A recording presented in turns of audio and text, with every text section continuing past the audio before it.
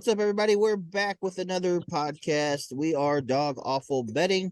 I'm Vegas Knight here with Sefi Sanchez, Sideways Jarvie. I am here in Las Vegas at the Southbook Sportsbook Casino, the only 24-hour sportsbook in Las Vegas. The other two guys there that you see, they are in Missouri joining us, obviously via Zoom for the podcast. Please give us a like, a share, comment, follow. We do appreciate it.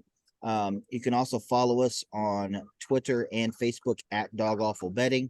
We're just trying to build a following, get more popular so we can pump out more content. We just love talking football, all that good stuff. So just help us out there. We do appreciate it. So today we're going to talk about the NFC pass catching groups. We're going to rank each division 1 through 4, or I'm not because I was busy and get a chance to do my homework. But these guys are going to do some, give us their rankings. I'm going to play a little devil's advocate with them and challenge their rankings a little bit. We're just going to have a little fun with it. We hope you guys enjoy it. All right, let's go. Let's get started with the NFC. Let's start with the NFC East. What do you got, Sefi? All right. Well, coming in at number 4, I have the Giants. So we've got Isaiah Hodgins, Darius Slayton. This is the NFC's version of the Chiefs. So basically, all you've got is Aaron Waller and a stud quarterback that's going to carry him all year. So I got the Giants at 4. I have the Washington football team at number 3. McLaurin is a little injured, but I think McLaurin's a stud. I think that Jahan Dotson's pretty good as well there. Have the Cowboys set. CBM, I think, we saw he's a stud. Brandon Cooks, I think, is a great pickup for them. Michael Gallup is only 27 years old. I think that he could still do some things there. So pretty deep. And Philadelphia, obviously, is number 1. They have 2 basically number 1 receivers with A.J. Brown and Devontae Smith, and they have a stud tight end, Dallas Goedert, as well. Yeah, that's not a bad list there, actually. We got Shane, Sideways Jarvie. I got the same thing, but a little tweaking at the end. I've got Washington football team 4 and the Giants as 3. The reason why I do is, and maybe it's just because of all the talk and everything like that. There's been a lot of big talk. Just, and here's the deal.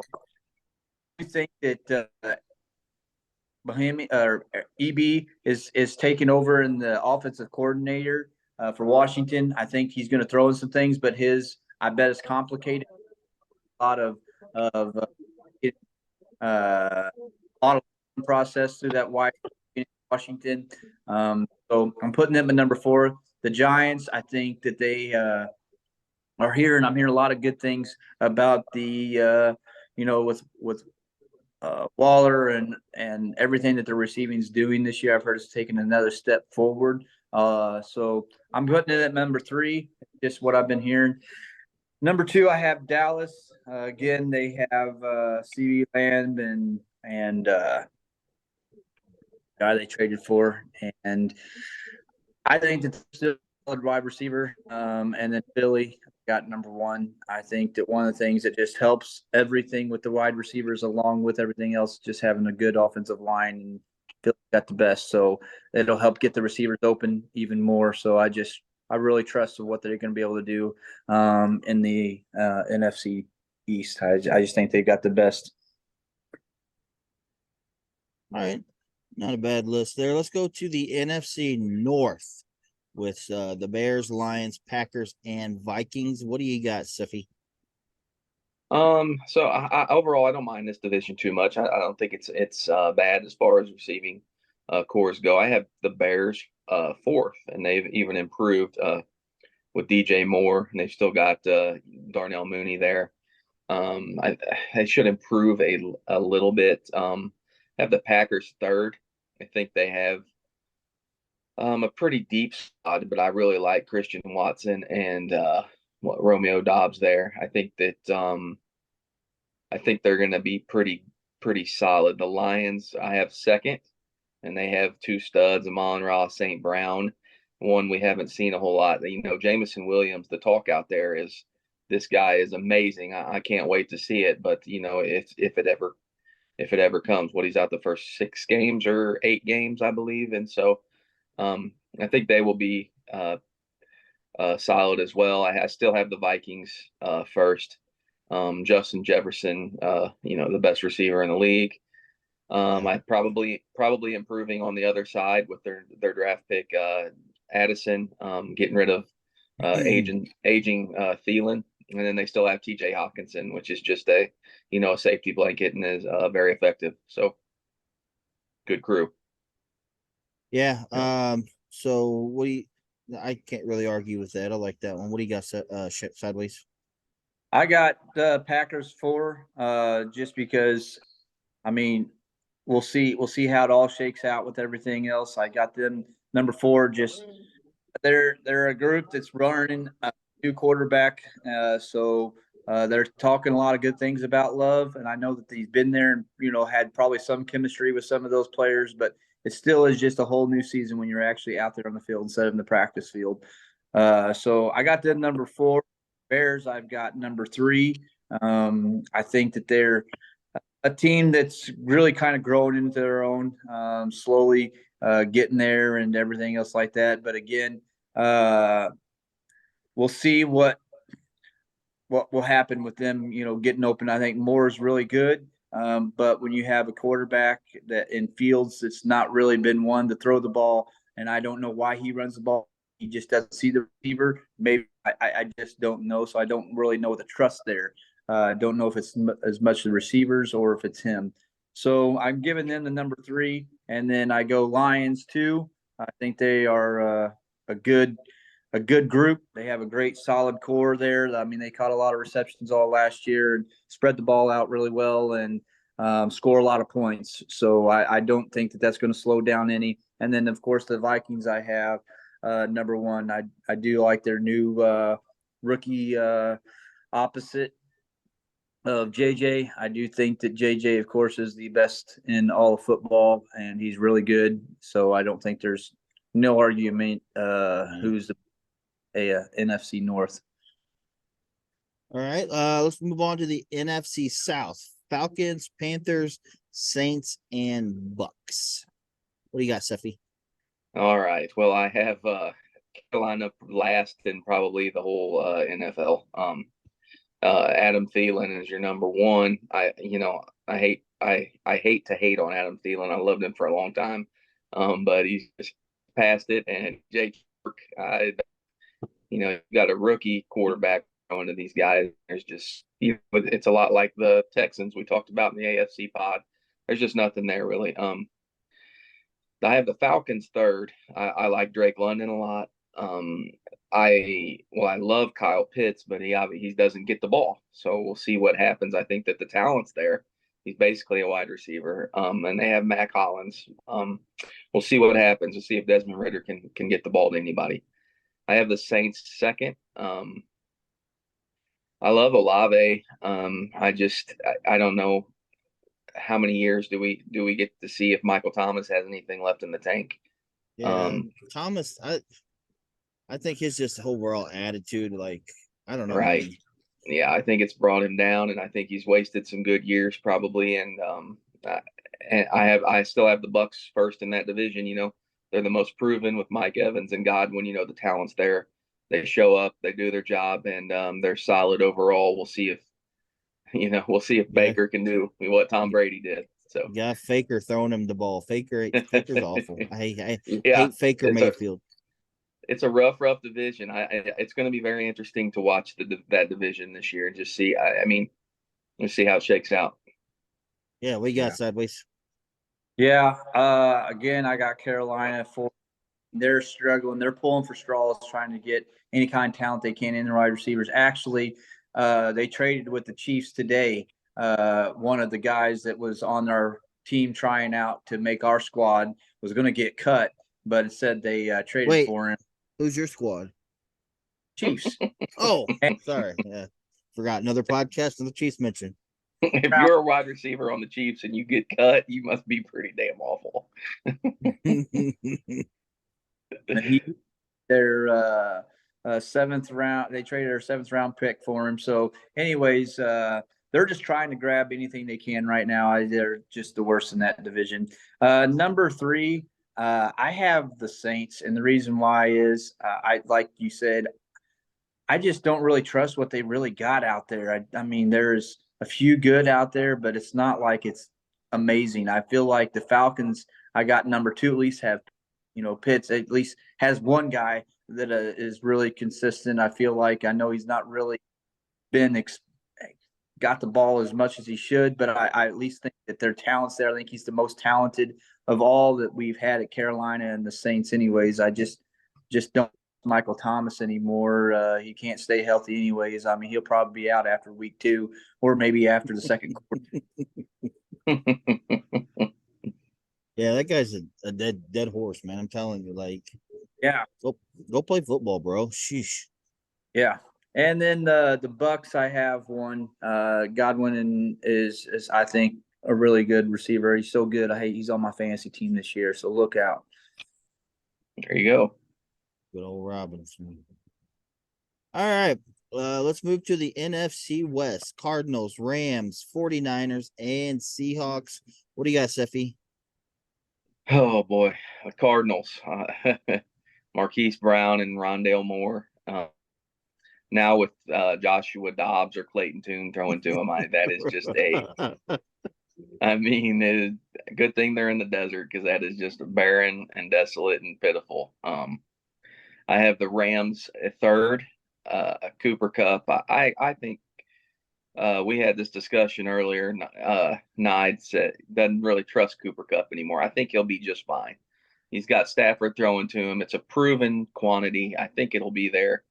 It would be nice if we had somebody besides Van Jefferson on the other side. But I've heard good things about Higbee, and it could be another one of those. You hear things in the preseason, but Higbee's a big target guy, even when Kupp was on the field and off the field.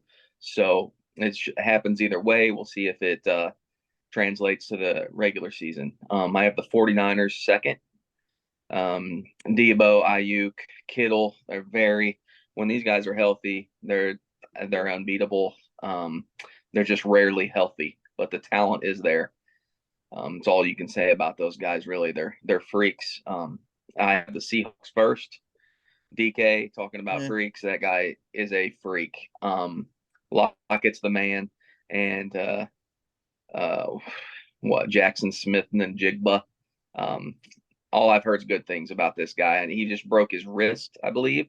But they say that he is. I watched a little bit of preseason. I saw one of his good kicks, but I'm not in college football. They say that kid's really talented, so I think they're the deepest there. That's why I have them 1. Yeah.